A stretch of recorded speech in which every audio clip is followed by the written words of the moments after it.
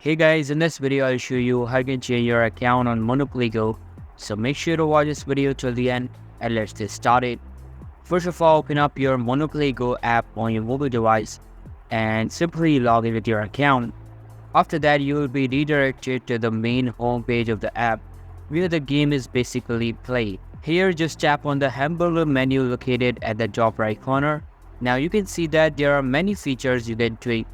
To change accounts, go over to the connect account button at the bottom and you can see that there are three options.